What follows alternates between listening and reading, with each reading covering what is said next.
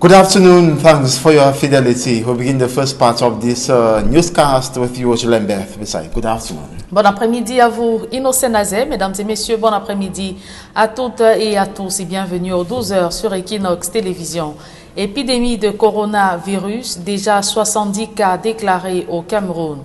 L'annonce est du ministre de la Santé publique, le Dr Manaouda Malachi, sur son compte Twitter. Évoquons à présent la réunion du comité interministériel chargé d'évaluer la mise en œuvre du plan gouvernemental de riposte contre la propagation de la pandémie du coronavirus. Au terme des exposés et échanges, le gouvernement constate l'effectivité de la propagation du Covid-19 au Cameroun et déplore le non-respect par les populations des règles prescrites par le gouvernement et l'Organisation mondiale de la santé. Je vous propose à présent de suivre les explications du Premier ministre qui présidait les travaux à Yaoundé. Les investigations menées sur le terrain par les services spécialisés du ministère de la Santé publique, ainsi que le prélèvement effectué sur plusieurs échantillons de cas suspects, ont permis de confirmer 66 cas de patients testés positifs au Covid-19, dont 51 cas à Yaoundé, 12 cas à Douala et 3 cas à Bafoussam.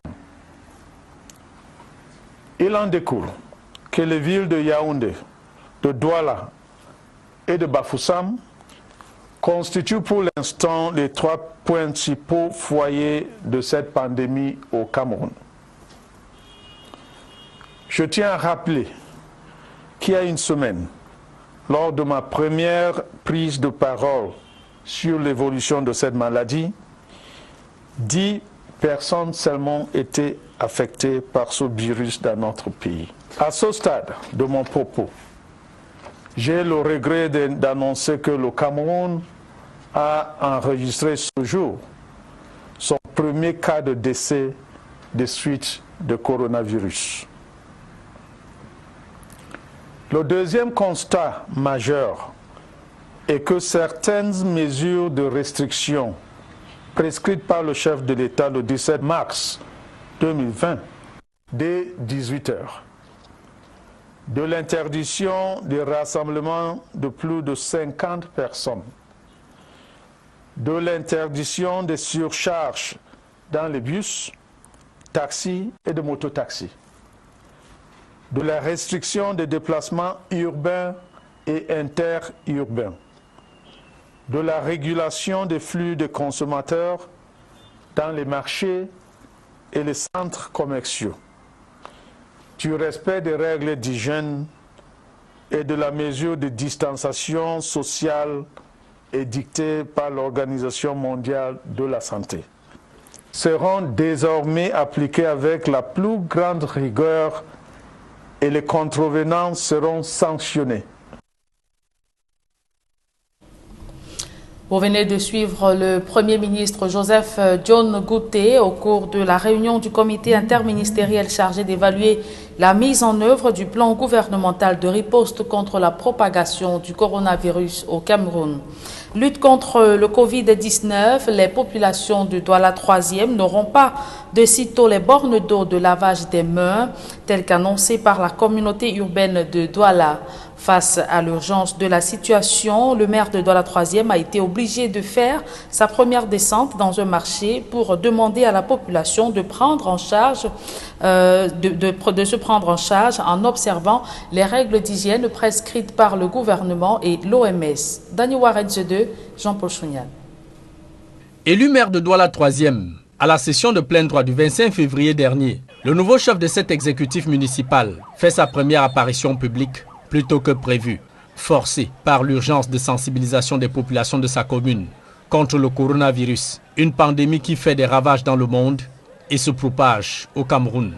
L'objectif de la descente sur le terrain ce matin était de sensibiliser et de resensibiliser les vendeurs, les occupants des espaces qui ont été dédiés au marché sur la pandémie de l'heure, de les amener à s'organiser, à se prendre la main avant que nos agents communautaires de santé ne prennent le relais.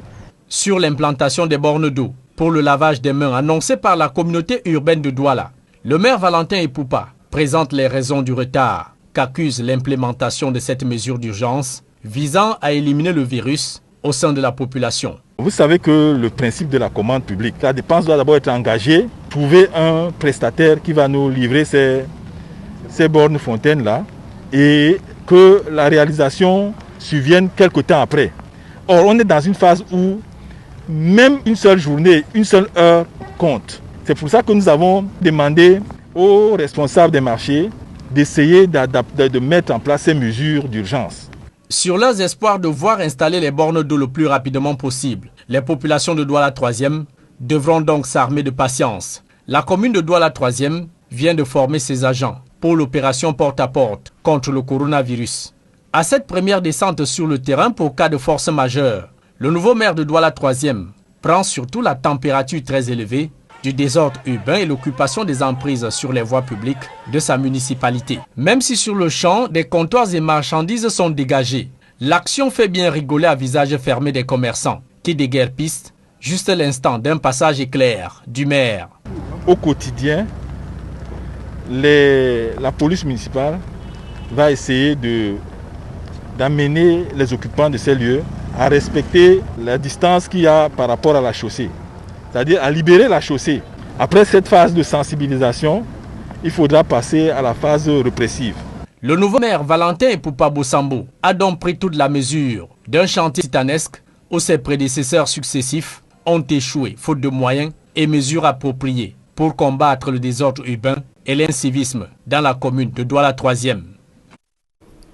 Et une fois cette campagne de sensibilisation achevée, le nouveau maire et sa suite ont mis la main sur une bande d'individus composés d'un gendarme et des personnes se présentant comme des agents de la commune de Douala 3e. Leur spécialité, arnaquer les usagers de la route au quotidien. Reportage. À son retour de la campagne de sensibilisation des populations de Douala 3e sur le coronavirus, le maire de cette municipalité et sa délégation tombent nez à nez avec une équipe de contrôle clandestin, composée d'un gendarme et des individus se présentant comme des agents de la commune de Douala 3e. Là, nous sommes tombés fortement sur une brigade de recouvrement parallèle qui arnaquait les populations. Et vous savez vous-même, ce qui a attiré rapidement notre attention, c'est que nous n'avons pas envoyé des agents sur le terrain. Sur le champ, l'homme en tenue et les 4 faux agents sont neutralisés et 2 autres prennent la fuite. On est dans notre territoire. Dans ce territoire, il faut savoir qu'on ne peut pas avoir une mission de recouvrement sans que nous-mêmes, qui devions bénéficier de cet axe, en soient informés. C'est un groupe qui travaille avec les forces de l'ordre. Face à la récurrence de ces arnaques à ciel ouvert dans la commune de Douala 3e, le nouveau maire appelle les usagers de la route et même les contribuables à plus de vigilance tout en exigeant l'identification de tout agent sur le terrain. On est dans notre territoire. Dans ce territoire, il faut savoir qu'on ne peut pas avoir une mission de recouvrement sans que nous-mêmes, qui devions bénéficier de cet axe, en soient informés. Ces faux agents et le gendarme complice sont à la brigade terre de Douala Bassa où une enquête est en cours pour démanteler ce vaste réseau.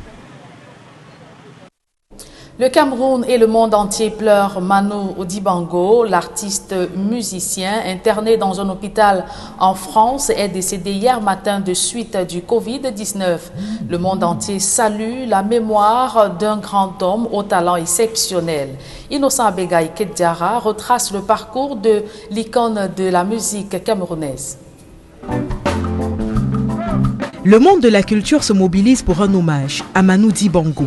Depuis l'annonce de son décès ce mardi aux aurores, les hommes et femmes de la culture ainsi que le reste du monde rendent au grand Manu un hommage qui tutoie la hauteur du talent qui a su l'imposer toutes ces années. Sur sa page officielle, Bendika pleure sa douleur en ces termes. Tu étais comme un père. Quand je te revoyais, je pensais à papa. L'ami de papa lui aussi est parti. Au revoir tonton Manu, le plus grand d'entre nous. Charlotte Dipanda, elle, honore son sourire légendaire et maudit le coronavirus, de nous avoir arraché ce que la culture africaine a de mieux. Pour l'artiste Mani Bella, c'était en direct sur sa page Facebook qu'elle a fait écouter à ses followers les grands classiques de Manu.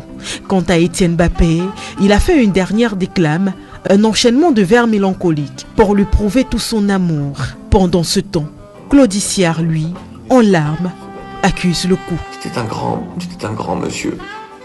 Il a eu 10 vies, si vous saviez ce que cet homme a connu dans sa vie et comment il a traversé les épreuves comme ça. Pour tous ces Africains qui n'arrêtent pas de dire que sinon c'est un truc qui tue que les Blancs.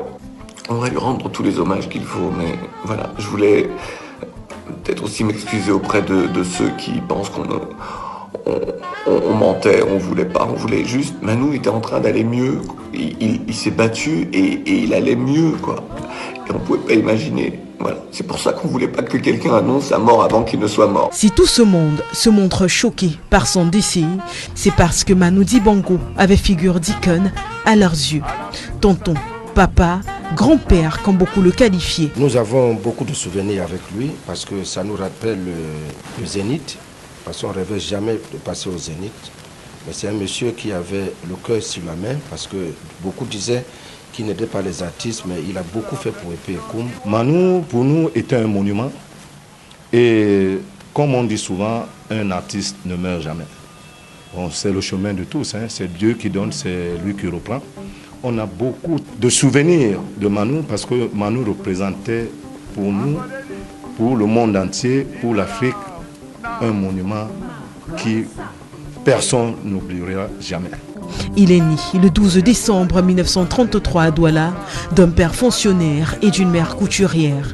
Après son certificat d'études, il s'envole pour la France afin de poursuivre ses classes avec pour seule richesse son sac de 3 kg de café dont l'argent de la vente devait payer ses premiers mois de pension. Au début de l'année 1950, il découvre le jazz, puis le saxophone. S'ensuit un long périple qui déboule en 1972 sur la face B d'un 45 tours sous le Makossa, avec lequel il fait la conquête des États-Unis. En 1980, il accompagne Serge Gainsbourg.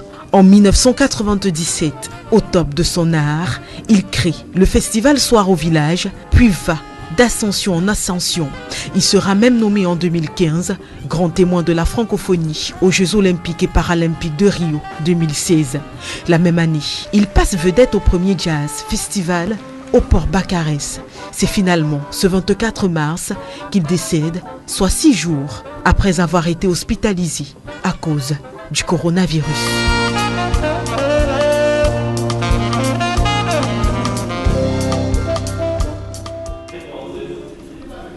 Le président de la République, Paul Biya, et son épouse, Madame Chantal Biya, ont adressé leurs sincères condoléances à la famille de Emmanuel Njoke Dibango. Pour Paul Biya, il fut un excellent ambassadeur artistique du Cameroun, tout en demeurant une passerelle culturelle entre l'Afrique et le monde. Avec sa disparition, le Cameroun et l'Afrique perdent un musicien très apprécié et reconnu, et la francophonie, l'un de ses meilleurs défenseurs, a-t-il ajouté.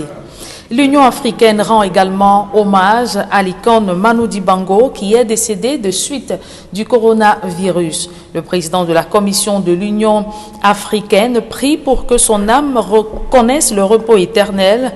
Le président du Gabon, sur son compte Twitter, évoque l'héritage d'un saxophoniste de génie qui lègue à l'Afrique et au monde une œuvre immense. Ali Bongo Ondimba se souvient d'un être exceptionnel, plein de jovialité et d'humanité. Le président du Sénégal, Macky Sall, pour sa part, salue la mémoire d'un grand musicien dont la carrière est un exemple d'audace créatrice et d'innovation. Il adresse ses condoléances à la famille. Le président du Burkina Faso, Roch-Marc Christian Kaboré, salue également la mémoire d'une légende musicale, véritable orfèvre hors pair du saxophone qui laisse au monde une œuvre inégale.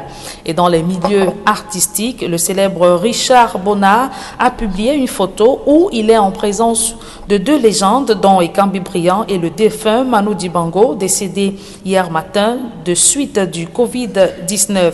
Sur son compte officiel Facebook, Facebook des prières et incantations en langue douala en hommage à l'icône mondiale Manu Dibango. Mettons le cap à présent sur la région de l'extrême nord où une attaque de Boko Haram a fait 4 morts dans la localité de Tourou, c'est dans l'arrondissement de Mokolo. Les membres de la secte islamiste Boko Haram ont assiégé ce village dans la nuit de dimanche à lundi. Le récit est fait avec Amadou Daïrou, Sylvestre Hippolyte Zangao.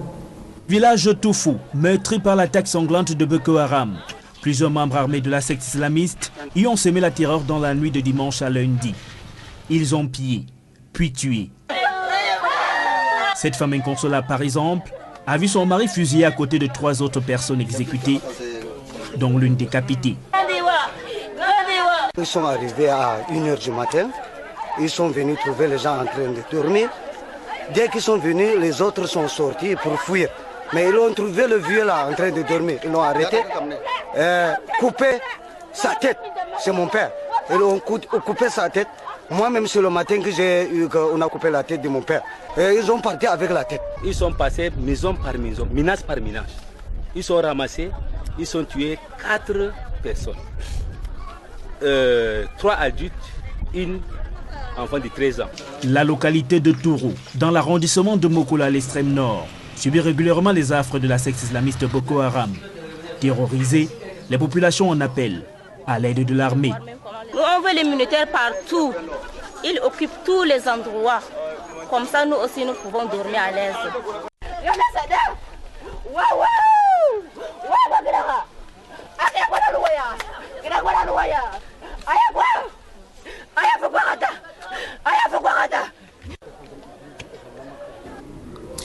Bien triste les réalités de la vie. À présent, la deuxième partie de ce journal, elle est en langue anglaise avec vous. Innocent Nazé, good day once again.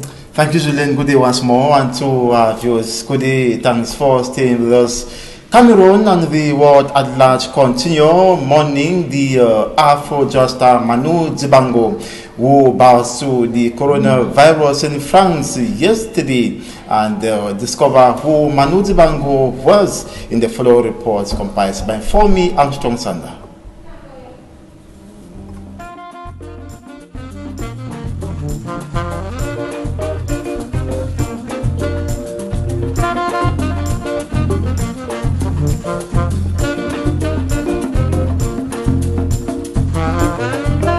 On the 12th of December 1933 is born in Douala, Cameroon, Emmanuel Djekou Dibango, who will grow to be a global icon, Manu Dibango. Born of a father from Yabasi in the Nkam division and a mother from Douala in the Vori division, Manu Dibango left Cameroon to study in France in 1949, where he discovered what he was born to do best, music. It was in France that Manu Dibango for the first time held a piano and other musical instruments. His music debut in France was facilitated by household names like Francis Bébé and other Afro-American stars like Armstrong and Sidney Bechet. Despite these encounters, Manu Dibango had a tough ride on the top of the world music, falling out with the father for choosing music over studies in commerce. Manu Dibango tried it in cabaret and different musical groups in France, through Belgium, Zaire and Cameroon without success until late 1960s and early 1970s. Manu Dibango clicked the winner button in 1972 after finding a winning formula through a contract with Tutti of Saxy Party and Roland Decouvre of Deco Records.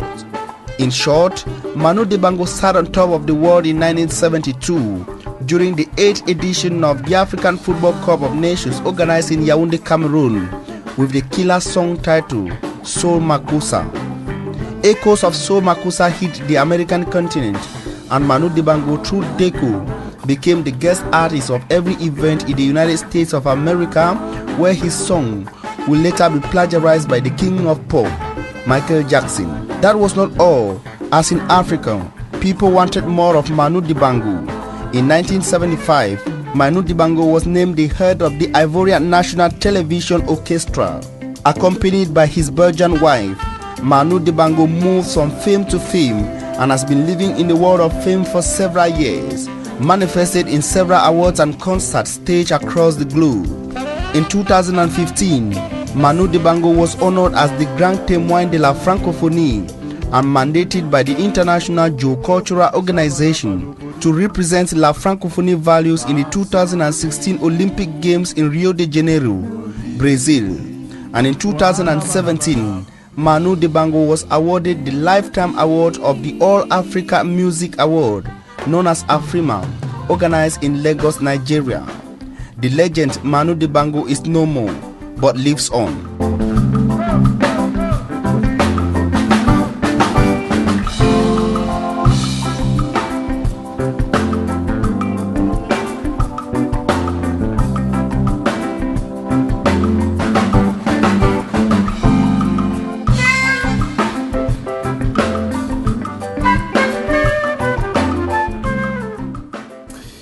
And 4 new cases of the coronavirus have been registered in Cameroon today. The announcement was made by the Minister of Public Health, Dr. Manauda Malachi, making a total of 70 persons infected today with the COVID-19. And now we talk about the Prime Minister and Head of Government, Chief Dr. Joseph John Guti, who March 24th chaired an inter-ministerial committee meeting in charge of evaluating the implementation of government's response plan against the spread of the coronavirus pandemic in Cameroon. The Prime Minister noted that in total 66 COVID-19 cases exist in Cameroon. That was yesterday, though the number has increased today, and he indicated that 51 cases in Yaoundé, 12 in Douala, and 3 cases in Bafoussam. Regarding the 4 cases announced today, the Minister of Public Health hasn't made a clear specification, and the Prime Minister reminded that government's measures to curb the epidemic must be respected, like closure of bars, restaurants, and leisure sports from 6 p.m. daily, no gathering of more than 50 people,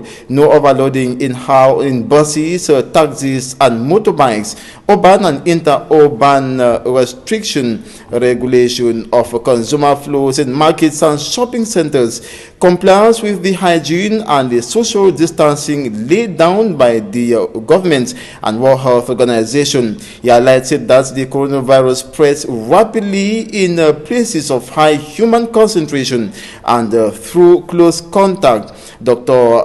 Joseph John Guti reminded that Article 260 of the Penal Code punishes with imprisonment from 3 months to 3 years anyone who, by his conduct, facilitates the transmission of a contagious and dangerous disease.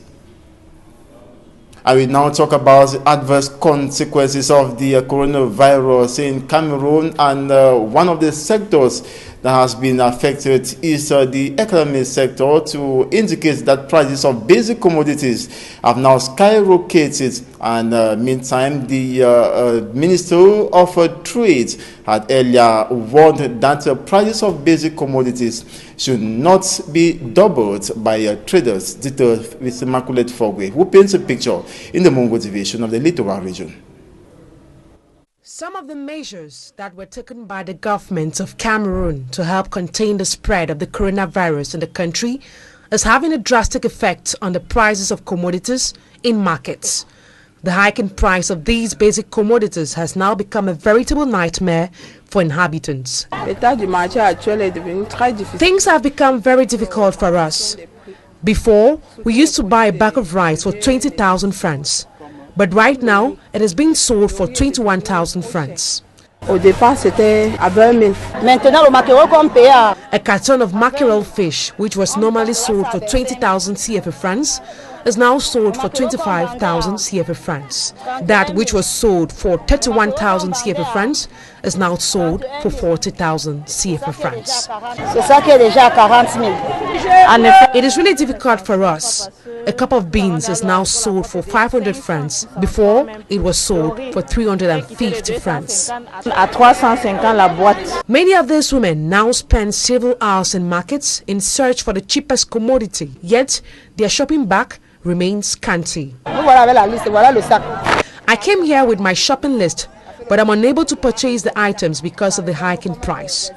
I'm just blocked in this market. The traders justify the hike in price to one of the 13 measures taken by the government of Cameroon. The closure of our borders is what is making things very expensive for us. If it continues like this for 1 or 2 weeks, then Cameroonians won't be killed by coronavirus, but rather by hunger. In a bid to fight against the hike of prices in our different markets, the Ministry of Commerce has sealed a number of stores for failing to respect the normal price tax recommended by the ministry. The ministerial order further indicates that buyers who fall victim of any attempt to increase prices should report through a toll-free number 1502. 4 persons have been brutally killed in the far north region of Cameroon, notably in Tufu village by Boko Haram militants. That was recently, and enormous properties was equally destroyed. More in the full report. Tufu village in the far north region suffers a deadly Boko Haram attack. Several fighters of the jihadist group carried out the bloody attack here Sunday night, breaking Monday. They killed and destroyed. This inconsolable woman, for instance, witnessed the shooting to death of her husband alongside 3 other persons, executed with one decapitated. They arrived at 1 a.m. while the inhabitants were asleep and began terrorizing them. Others escaped. Those held were executed. Some, like his father, was beheaded. They went with the head.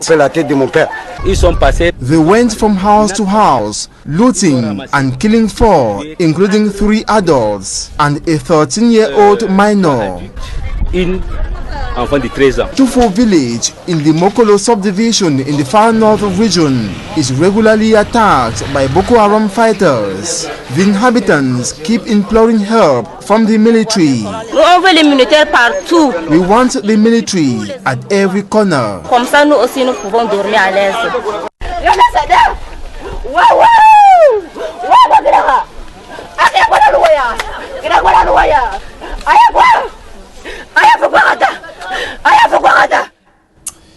And it is on that note that we end this 12 p.m. bilingual newscast on Equinox Television. Thanks so much for watching. To have a wonderful day. Julien Berth, bonne journée à vous aussi. Merci, je vous souhaite également une très belle journée. Innocent Nazé, mesdames et messieurs, merci de rester fidèles sur Equinox Télévision. N'oubliez pas, le Covid-19, c'est une affaire de tous et de chacun. Bonne suite des programmes sur la meilleure des télévisions.